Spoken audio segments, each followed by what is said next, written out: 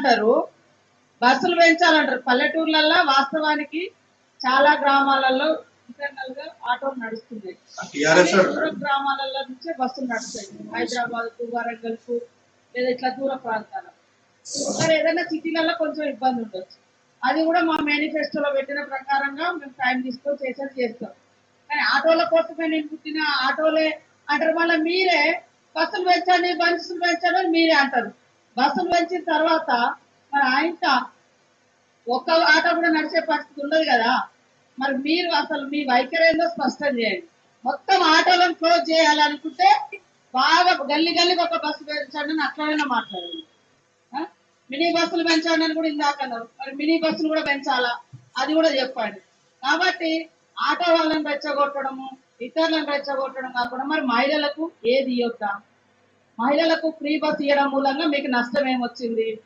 ఇవాళ మీరు ఇస్తాం ఇచ్చిన ప్రతి మాట నిలబెట్టుకుంటాం, అది కాంగ్రెస్ వైఖరి. కాంగ్రెస్ ఖచ్చితంగా మడమ తిప్పకుండా, మాట తప్పకుండా ఇచ్చిన మాట నిలబెట్టుకుంటాం.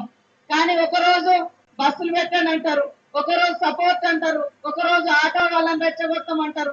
ఆటో వాళ్ళకు మీ హయాంలో మరి ఫ్రీ ఇన్సూరెన్స్, అదే విధంగా రోడ్డు మీద ఫ్రీగా తిరగడానికి కావాల్సినటువంటి ఫెసిలిటీస్ అవన్నీ ఎందుకు మీరు సహకరించలేదని నేను అడుగుతా ఉన్నాను. కాబట్టి రెచ్చగొట్టే మాటలు కాకుండా వాళ్ళ సమస్యలు ఏమైనా ఉంటే మాట్లాడితే బాగుంటుంది. అదే విధంగా బస్సుల పట్ల మీ వైఖరి కూడా స్పష్టం చేయండి. ఫ్రీ బస్ పెట్టాలా వద్దా?